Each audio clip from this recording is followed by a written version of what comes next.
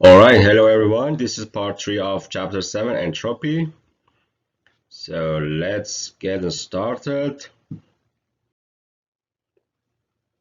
In the previous lecture, we derived two relations for the entropy in terms of other properties. So these two relations are given here.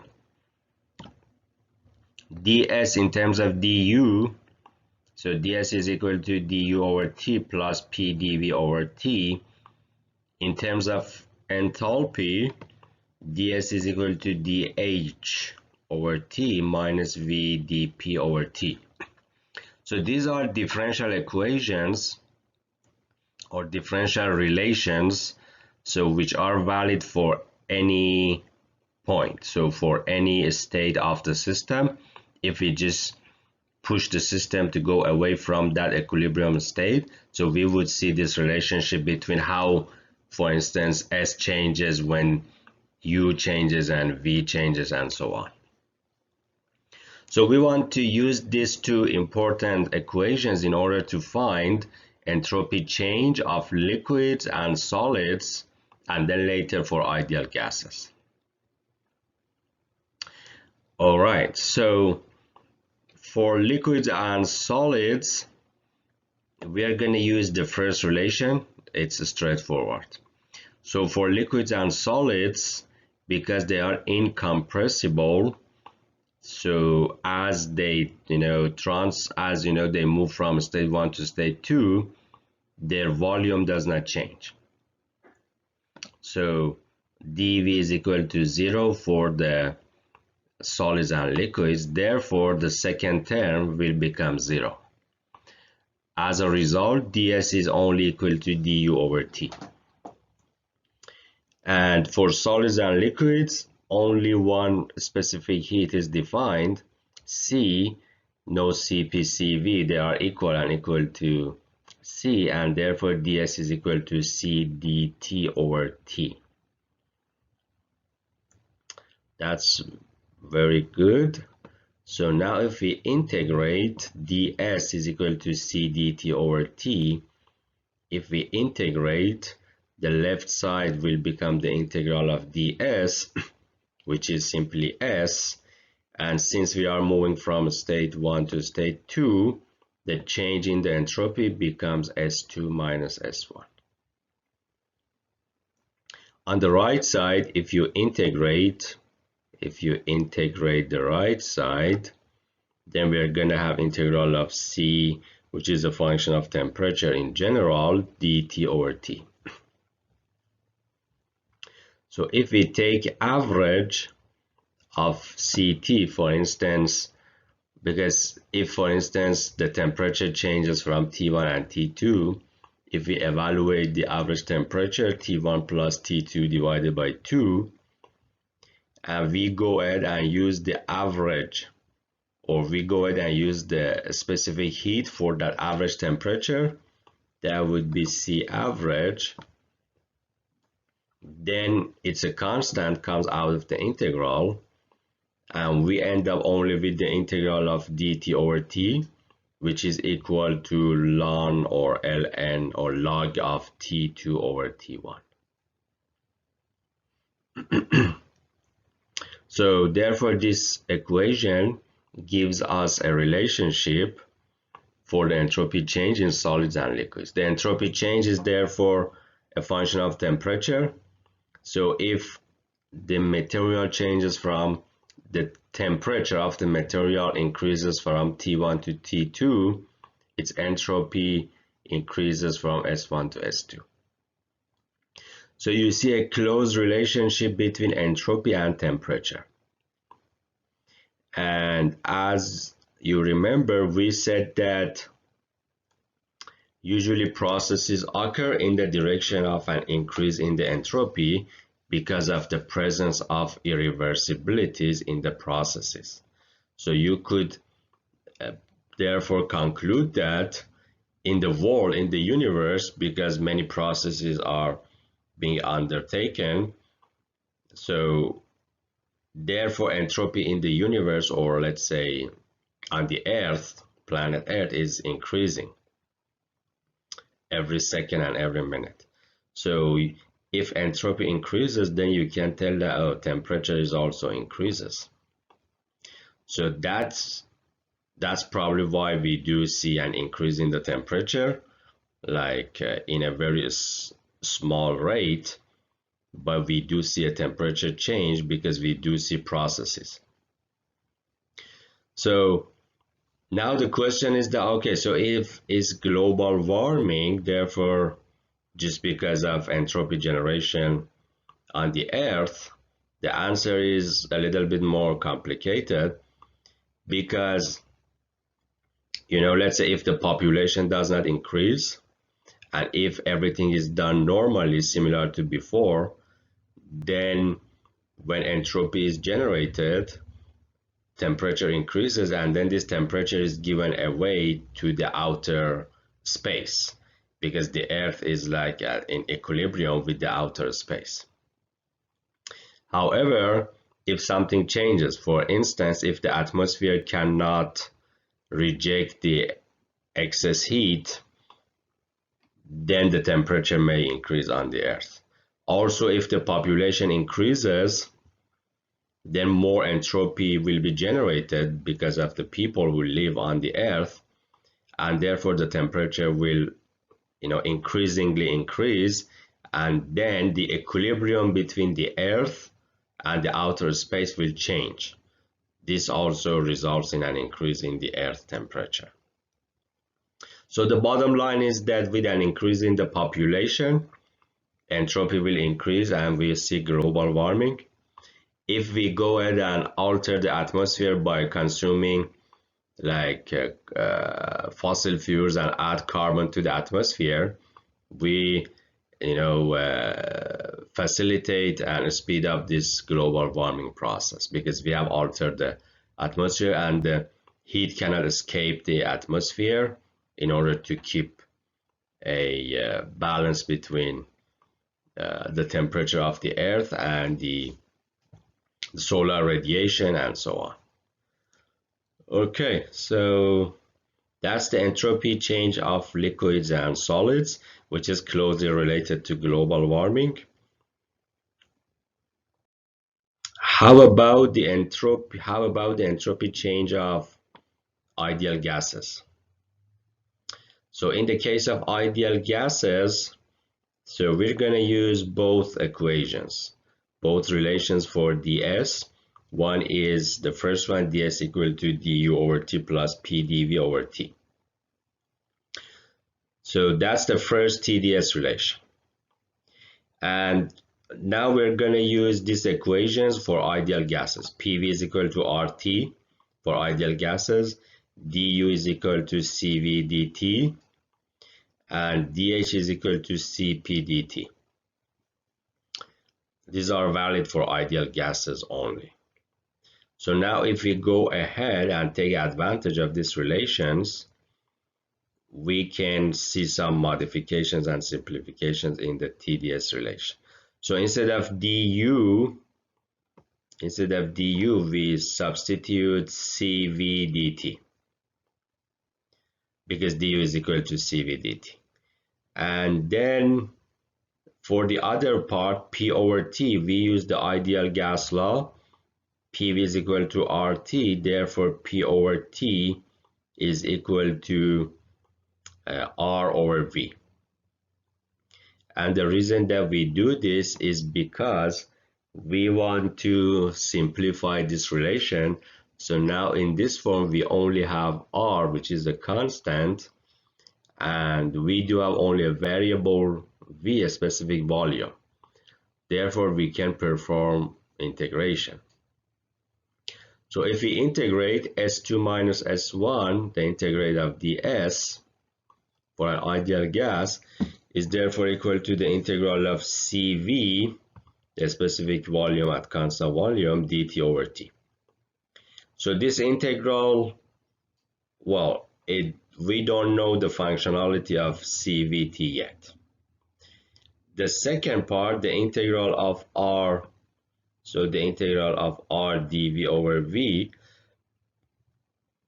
is easy to evaluate because r is a constant, comes out of the integral, and then the integral of dv over v is the log of v2 over v1. So we keep it here for now because we don't know this CVT functionality yet. So in the next step, we can go ahead and make some assumptions to be able to evaluate the first integral as well. Similarly, if we use or if we start off with the second T ds relation, so ds is equal to dh over t minus vdp over t. So instead of dh, we substitute Cp dt, ideal gas law. And instead of v over t, we use r over p. So therefore, the equation will be simplified similar to the first case. And if we integrate, S2 minus S1 becomes the integral of this time Cp. Instead of Cv, it becomes Cp dt over t. And then the integral of the second part is straightforward, a constant, and then the pressure only dp over p. So it becomes the ln of p2 over p1. So for ideal gases, the entropy change can be obtained using these two equations. Both of them provide the same answer. These are equivalent. So either S2 minus S1 is the integral of CVT dt over t plus r ln V2 minus V2 over V1, or in terms of the Cp and in terms of the pressure. So one is in terms of pressure, one is in terms of the specific volume ratios. Okay, so now let's see what kind of assumptions we can make to simplify these integrals in these relations.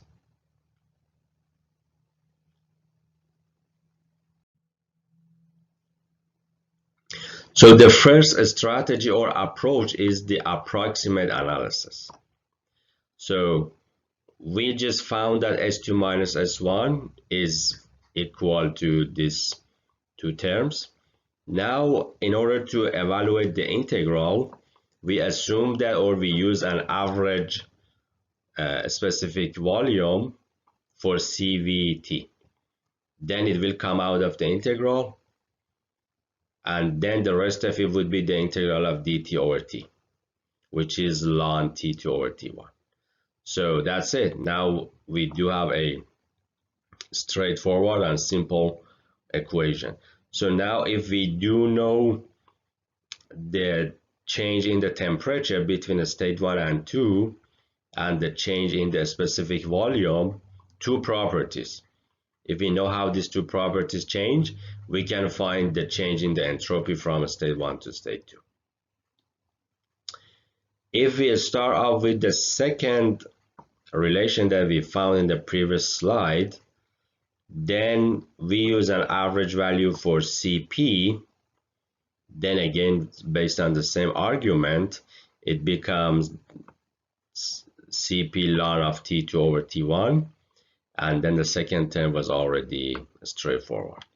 So in the second case, if we know the changes in temperature and pressure, this time pressure rather than a specific volume, we can go ahead and find the change in the entropy in that ideal gas. So that's true for any ideal gas. So if, let's say, for instance, we do have air, we should use Cp of air and R of air. If the gas changes, what changes is its R and also Cp values and Cv values. So for these average values of Cp and Cv, we can use table A2. So table A2 lists Cp and Cv and K, the ratio of Cp over Cv, as a function of temperature. So we can find the average temperature of our processes between 1 and 2. Let's say if it's 300 Kelvin, the average temperature, then we can go ahead and read Cp and Cv. If the average temperature is not listed here, which is very likely, then we can go ahead and do linear interpolation.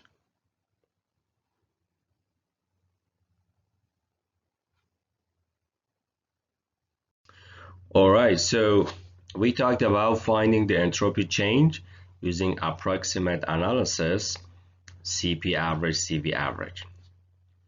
Now the question is that how about the exact analysis? Let's say in some cases we would like to get a more accurate answer. So if we start from the equation S2 minus S1 for finding the entropy difference. So here you see that the problem is the integral, how to evaluate the integral. So for this purpose, we choose absolute zero as the reference temperature and define a function S0 or S super zero or simply S0. So let's say how to define it. So we define S0 as the integral of Cp dt over T, the same integral that we see in the entropy equation, but temperature T1, the reference temperature, it starts from absolute zero. And we evaluate this integral from absolute zero up until to a given temperature T. So this integral can be calculated numerically. It can be listed in the tables. So how come it can be calculated numerically? Because we do have a relation for Cp as a function of the temperature, and we can go ahead and write a computer code in order to evaluate this integral from temperature 0 to any given temperature of interest. So these values are listed for this integral are listed in, for instance, for air, are listed in table A17, the air table. So if you go back to that table, you see that for each given temperature, several properties are given, including like the enthalpy, internal energy. One other property is S0, which is the value of this integral.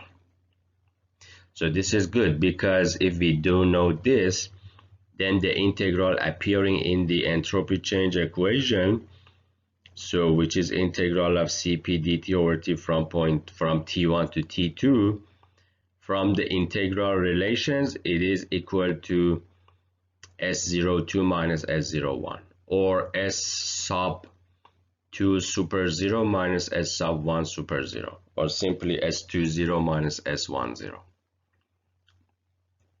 So in order to find the exact value for the changes in the entropy, we do need to do this process. So we just say that S2 minus S1, and this S2 is associated with T2, with temperature T2, and S1 is associated with T1.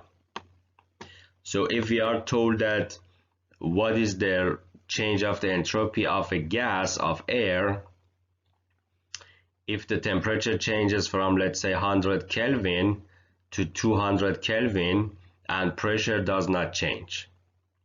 If pressure does not change, the second term will be 0, and then the temperature changes from 100 to 300. So we go look at the table, look up S0 for T2, which is at 200, and S0 at 100 from the table, and then subtract in order to find the change in the entropy. So this is the exact analysis for entropy change of an ideal gas. So the entropy of an ideal gas depends on both T and P, as you see from this equation. So the function S0 in the table represents only the temperature dependent part of entropy. So for the pressure effect, we need to calculate R log P2 over P1. And you see here, if the pressure increases, if the pressure increases, then R ln P2 over P1 is positive. So if pressure increases, the change in the entropy decreases. Because as the pressure increases, we move from ideal gas to a condensed form, so closer to like liquid and solid, so entropy decreases. Okay, so now let's consider the isentropic processes of ideal gases. So isentropic process, as we defined earlier, is a process which is adiabatic and reversible.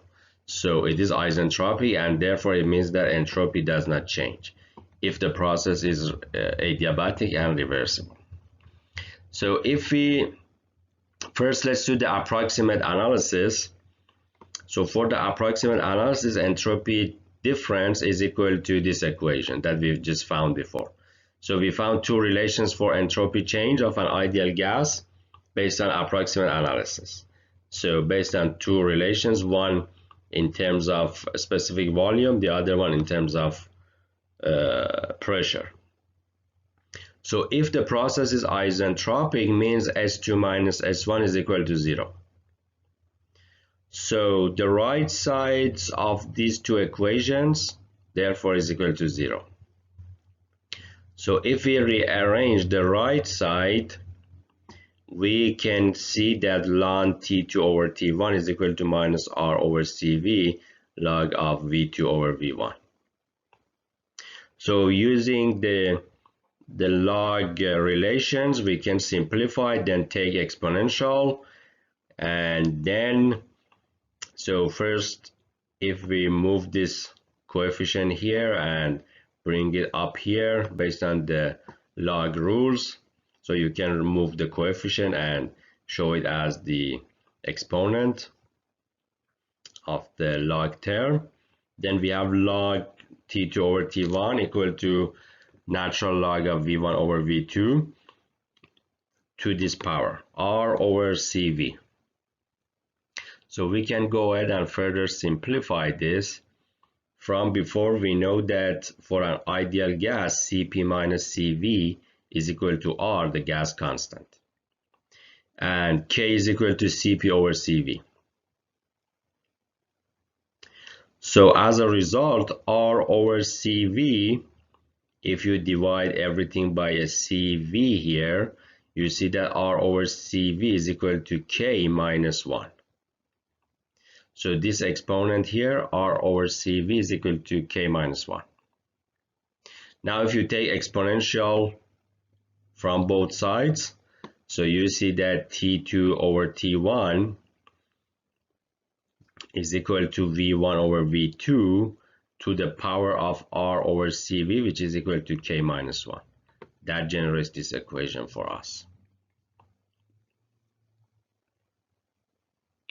So if we follow, for instance, the second relation that we have obtained here, we can find a relation between T2 over T1 in terms of the ratio of P2 over P1 with a different exponent, K minus 1 over K.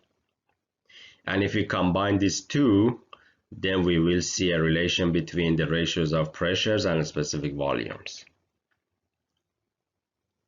As we said, these are for ideal gases. PV equal to RT is valid in all of these cases. So if we combine these three equations, we will see that, for instance, we will see that P to the power of V to the PV to the power of K is a constant. You can see it from the third relation.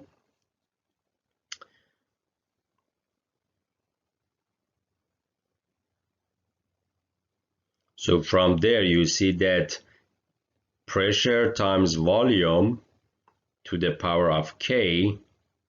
So you see P2 V2 to the power of K is equal to P1 V1 to the power of K. It means that PV to the K is a constant. This is called an isentropic process, similar to a polytropic process. So you remember before we had the polytropic process where P in the previous chapters, like in the chapters that we wanted to define work, we said that if a process follows, if in a process pressure and volume follow this relation, PV to the power of N is equal to 0, the process is polytropic. So this is a special case now. If N is equal to K, then the process is called isentropic. And we just proved that if we start from zero entropy difference, we ended up with PV to the power of K equal to a constant. So this is an actual process that can happen. So PV to the K is a constant. All right, so this is the summary of these isentropic equations. These are important for the exam. So you need to have it on your formula sheet for quick reference. You could go ahead and memorize them or just have them on your formula sheet. So this is valid for ideal gas, isentropic process, and constant specific heats. So it's ideal gas and it's approximate. So approximate means the specific heats have been assumed to be constant and average values have been used. So this was an approximate analysis for isentropic processes. In the next slide, we are going to do an exact analysis for isentropic processes. Okay. So based on the exact analysis of entropy difference, like we just talked about 2 slides ago, S2 minus S1 was S2 0 minus S1 0 minus R natural log of P2 over P1. So now if the process is isentropic, then on the left side it's equal to 0, no change in the entropy. So we see that if we now go ahead and write it in this way, S02 equal to S01 plus R natural log of P2 over P1. So we can see that P2 over P1 is equal to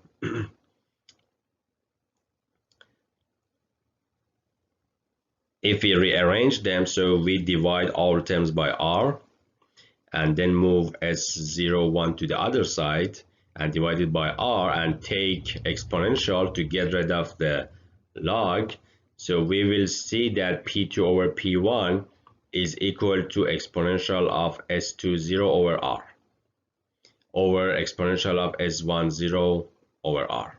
In other words, it means that pressure is like, well, the ratio of the pressure is equal to the ratio of this exponentials of this S0 values divided by R.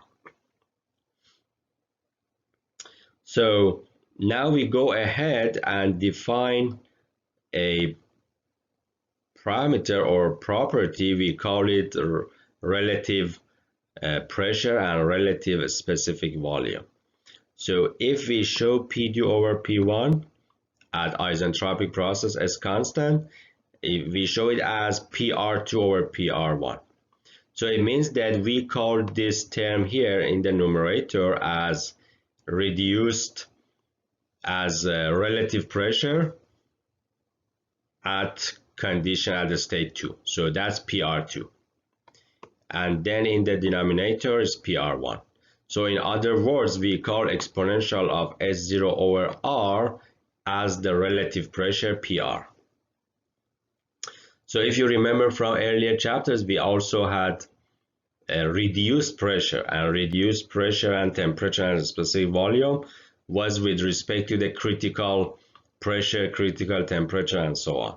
So we do have reduced pressure and temperature, and that's the pressure divided by the critical pressure and temperature.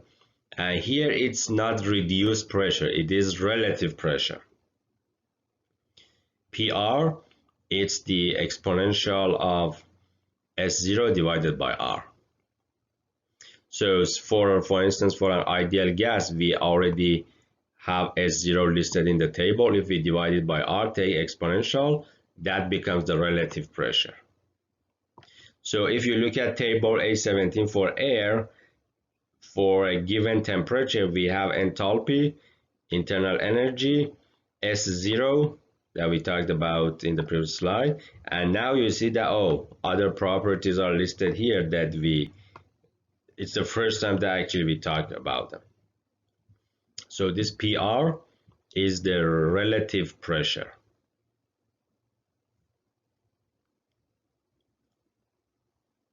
So now what is this relative volume here, relative specific volume?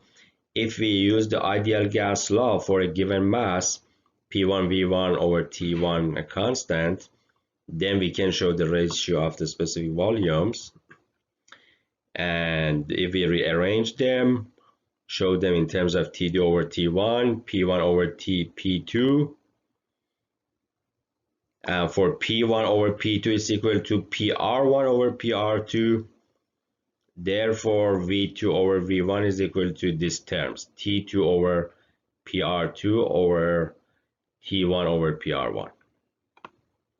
So just make sure that you understand the process.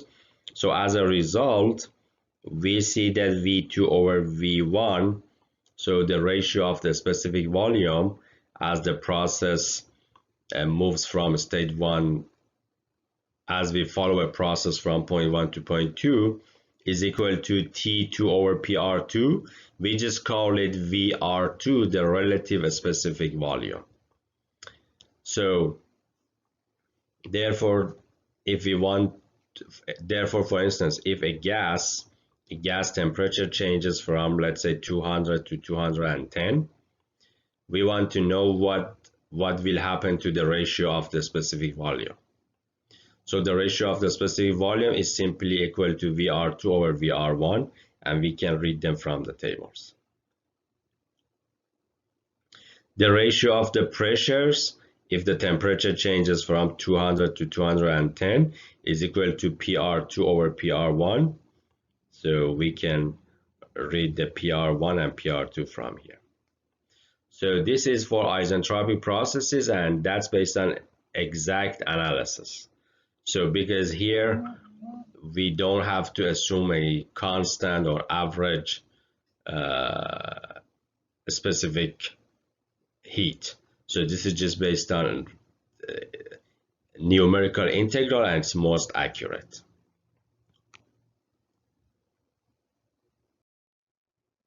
So now let's see how to use this table. For instance, I just talked about how to find the ratio of V2 over V1 and the ratio of, for instance, P2 over P1.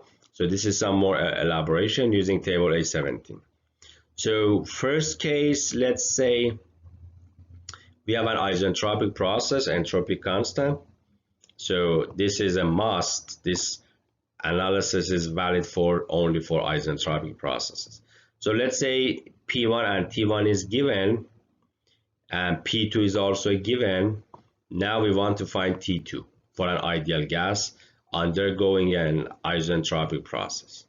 So P1 and T1 is known. So based on table 17, if T1 is known, then in the table PR1 is listed, relative pressure for this temperature. Then we can go ahead and find PR2, because PR2 is equal to the P2 over P1 times PR1. So this is what we obtained in the previous slide.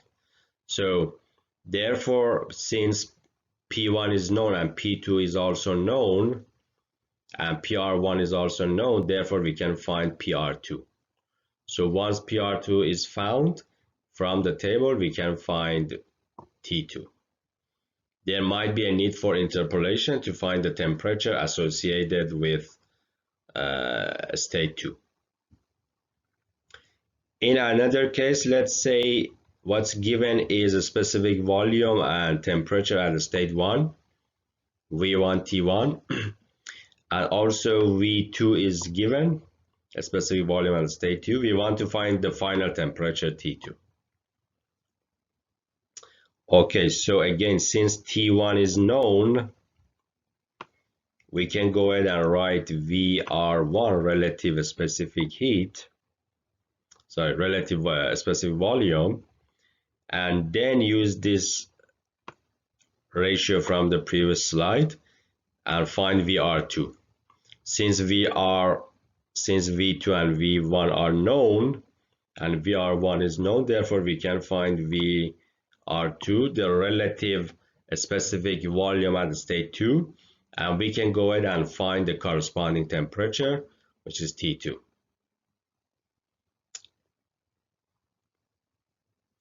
All right, so